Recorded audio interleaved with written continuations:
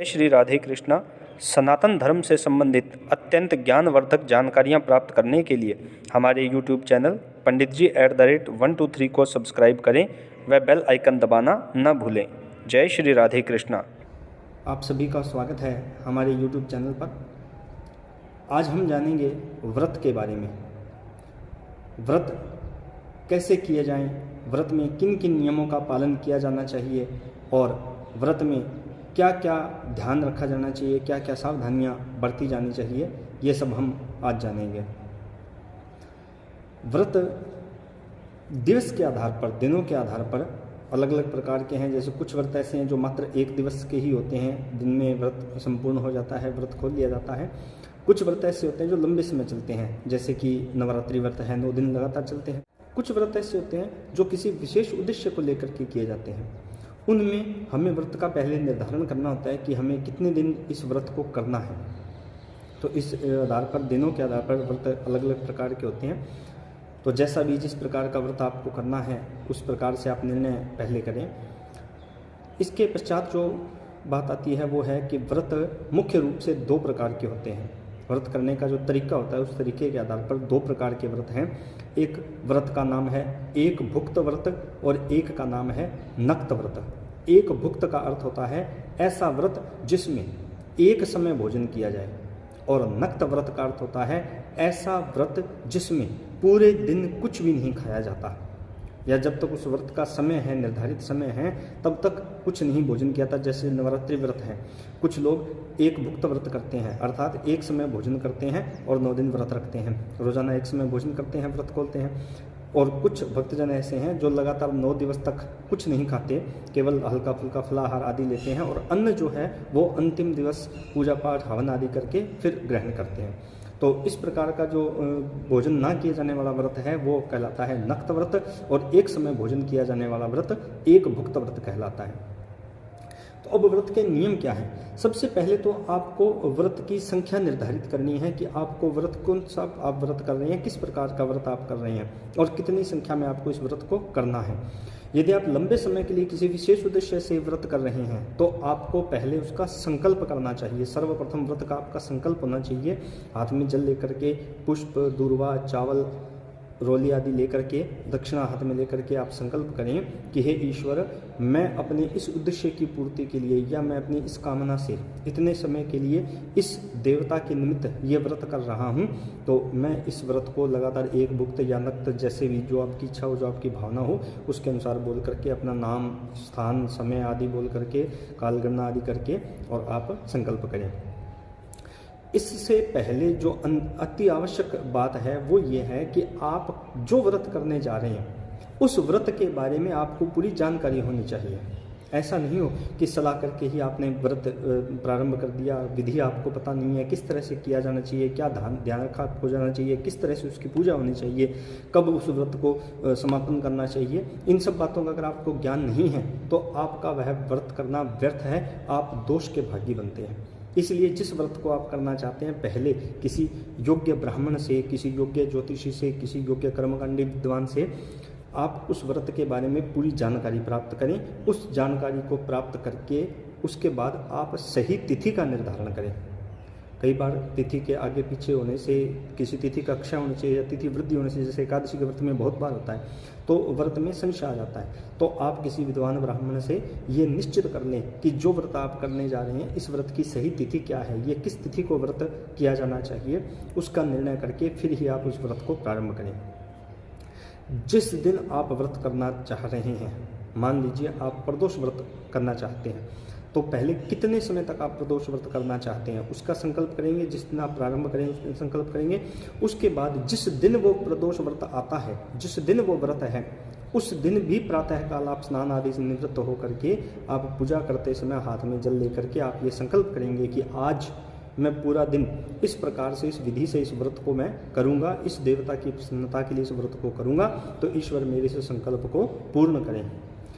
इसके बाद कहते हैं व्रत का अर्थ क्या है, व्रत कैसे किया जाना चाहिए। भक्तजनों, व्रत का अर्थ केवल भूखे रहना नहीं है। व्रत का अर्थ होता है अपने समय को ईश्वर के प्रति समर्पित करना, अपना कुछ समय ईश्वर की सन्निधि में बिताना। क्योंकि हम सारा दिन सांसारिक कार्यों में फंसे रहते हैं। तो व्रत करने का अर्थ यह है कि हम कुछ समय संसार से हट करके, कुछ समय संसार से बचा करके हम अपने ईश्वर को वो समय दें जिस ईश्वर ने हमें सृष्टि में उत्पन्न किया, जिस ईश्वर ने हमें सृष्टि पर अपना प्रचार करने के लिए, अपना गुणगान करने के लिए भेजा। हम उस ईश्वर के लिए थोड़ा समय दें, अपने समय को उस ईश्वर के प्रति समर्पण करें। व्रत का वास्तविक अर्थ ये है। तो व्रत केवल भूखे रहने के लिए ना करें और केवल खाने के लिए ही व्रत ना करें। व्रत जिस दिन किया जाए उस दिन आपका प्रयास होना चाहिए कि अधिक से अधिक समय आपका ईश्वर के समीप बीते। यदि ऐसा संभव नहीं है, जैसे कामकाजी लोग हैं, ऐसा संभव नहीं है कि वो सारा दिन अपना काम धंधा छोड़ करके ईश्वर के सम्मुख बैठे रहें या पूजा पाठ करें, तो उसका जो विधान है वो ये है कि यदि आप कामकाजी हैं, यदि आप उस कार्य को छोड़ नहीं सकते, तो आपको मानसिक रूप से ईश्वर के समीप रहना चाहिए। आपको मन से पूरा दिन आपका ईश्वर का जो जप है, स्मरण है, वो चलते रहना चाहिए। ठीक है। इसके बाद व्रत के दिन आपको ब्रह्मचर्य का पालन करना चाहिए। सांसारिक भोगों से दूर रहते हुए आपको ब्रह्मचर्य का पालन करना चाहिए। व्रत में जिस देवता के लिए आप, जिस देवता की प्रसन्नता के लिए आप व्रत कर रहे हैं, उस देवता के स्मरण के साथ साथ आपके जो पूर्वज हैं, उन पूर्वजों का भी आपको स्मरण करना चाहिए। आपके जो घर में पितर आदि आप मानते हैं, या आपके जो पूर्वज हैं जो आपसे पहले संसारिक यात्रा को पूर्ण करके यहाँ से जा चुके हैं, ईश्वर की सन्निधि में जो पहुँच चुके हैं, उनका भी आपको स्मरण करना चाहिए। उनका भी आशीर्वाद की आपको आवश्यकता रहती है। व्रत में अधिक खाना नहीं चाहिए। अक्सर देखने में आता है कि जिस दिन किसी का कोई व्रत होता है उस दिन फलों की, केलों आदि की बड़ी शामत आ जाती है, क्योंकि वो क्या करते हैं कि अन्न तो छोड़ दिया, अनाज तो छोड़ रखा उन्होंने, परंतु वो उसकी पूर्ति फलाहार करके कर लेते हैं। दिन में 3-3, 4-4 बार फलाहार करना, कभी दूध पी लेना, कभी चाय पी लेना, कभी चिप्स वगैरह, ये आजकल मार्केट में बहुत चलने लग गए। तो ये व्रत नहीं है। यदि आप व्रत कर रहे हैं, व्रत करने का अर्थ है आप अपने शरीर को आराम दें, सांसारिक भोगों का त्याग करें। किस लिए? ताकि आप अधिक से अधिक समय ईश्वर की सन्निधि में, ईश्वर के समीप बिता सकें, ईश्वर के स्मरण में आप अपने समय को व्यतीत कर सकें। यदि हम नित्य प्रति की तरह खाते ही रहें तो व्रत करने का औचित्य क्या हुआ? हम तो खाते जा रहे हैं, केवल हमने अन्न का ही त्याग किया है, हमारे शरीर को न आराम मिला, ईश्वर के जो स्मरण था उसमें हमारा समय नहीं बीता, हमारा तो समय खाने में बीता। तो आम दिनों में और व्रत के दिन में अंतर फिर क्या रहा? फिर व्रत क्या हमारा हुआ? तो इसलिए व्रत जब हम करें तो प्रयास करना चाहिए कि कम से कम खाने का समय खाने को दिया जाए। व्रत संपन्न करते समय या व्रत खोलते समय, व्रत छोड़ते समय केवल मात्र नाम मात्र का हल्का सा सुपाच्य भोजन करना चाहिए जो आसानी से पच सके, क्योंकि पूरे दिन जो हमारे शरीर के अंदर जो मशीनरी है, जो पाचन तंत्र है, जो जठराग्नि आदि हमारे अंग हैं, वो आराम की स्थिति में थे और हम अचानक से शाम के समय जब व्रत खोलते हैं, तो अगले दिन जब व्रत खोलते हैं, तो अचानक से हम अपने शरीर को भर लेते हैं, तो उस मशीनरी को एकदम एक्टिवेट होने में बहुत समय लगता है। इसलिए व्रत खोलते समय, व्रत छोड़ते समय केवल थोड़ा सा नाम मात्र के लिए, एक बार के लिए थोड़ा सा सुपाच्य भोजन कर लेना चाहिए। उसके बाद थोड़ा समय 2 घंटा, 2 घंटा, 4 घंटे रुक के फिर आप थोड़ा सा हल्का फुल्का अलग भोजन या कोई फलाहार वगैरह अलग से कर सकते हैं। तामसिक और गरिष्ठ भोजन से व्रत में बचना चाहिए। तामसिक भोजन का अर्थ है ऐसा भोजन जिसमें लहसुन, प्याज आदि तामसिक वस्तुएं डाली गई हैं, या जैसे मांस आदि जो अपक्ष वस्तुएं हैं, उन भोजनों से बचना चाहिए व्रत के समय।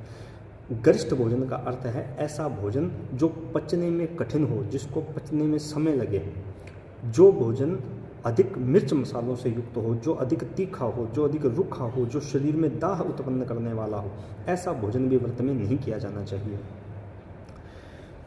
फिर जिस दिन हमारा व्रत है, जिस दिन हमने व्रत किया, प्रयास तो ऐसा होना चाहिए कि प्रतिदिन हम ऐसा करें, लेकिन प्रतिदिन अगर आप नहीं भी कर पा रहे तो कम से कम जिस दिन व्रत किया है उस दिन हमें ये प्रयास करना चाहिए कि हमारे मन में कभी किसी प्रकार के गलत विचार ना आए।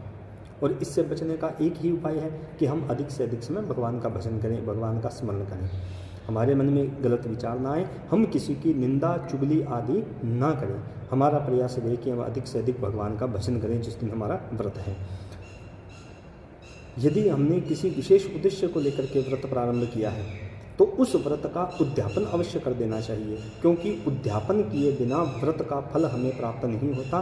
उद्यापन जब हम करते हैं तो हम हमारे द्वारा किए गए उस शुभ कार्य को, हमारे द्वारा किए गए उस व्रत को, उस नियम को ईश्वर के समर्पण कर देते हैं कि हे ईश्वर, हमने ये नियम लेकर के ये व्रत या ये संकल्प हमने किया था, इसको हम आज संपूर्ण कर रहे हैं। जितना हमने संकल्प किया था उतना पूरा हो गया, तो हमने जो कुछ भी कर्म किया, हे ईश्वर, हम वो आपको समर्पण कर रहे हैं। तो वो हमारा कर्म ईश्वर को समर्पित हो गया। उसका फल हमें तभी मिलता है जब हम उसका उद्यापन कर देते हैं। तो कोई भी यदि व्रत हम करते हैं तो हमें उस व्रत में उद्यापन अवश्य कर देना चाहिए। तो हमें इन सभी बातों का ध्यान रखते हुए व्रत जो है करना चाहिए। केवल देखा देखी किसी के व्रत आदि नहीं करने चाहिए, बिना सही जानकारी के कभी भी व्रत नहीं करने चाहिए। जय श्री राधे कृष्णा। पूजा पाठ, अनुष्ठान, गृह प्रवेश, हवन, विवाह, सुंदरकांड, रामायण कथा आदि के लिए संपर्क करें पंडित राजेश भारद्वाज 95 88 22 82 97। जय श्री राधे कृष्ण।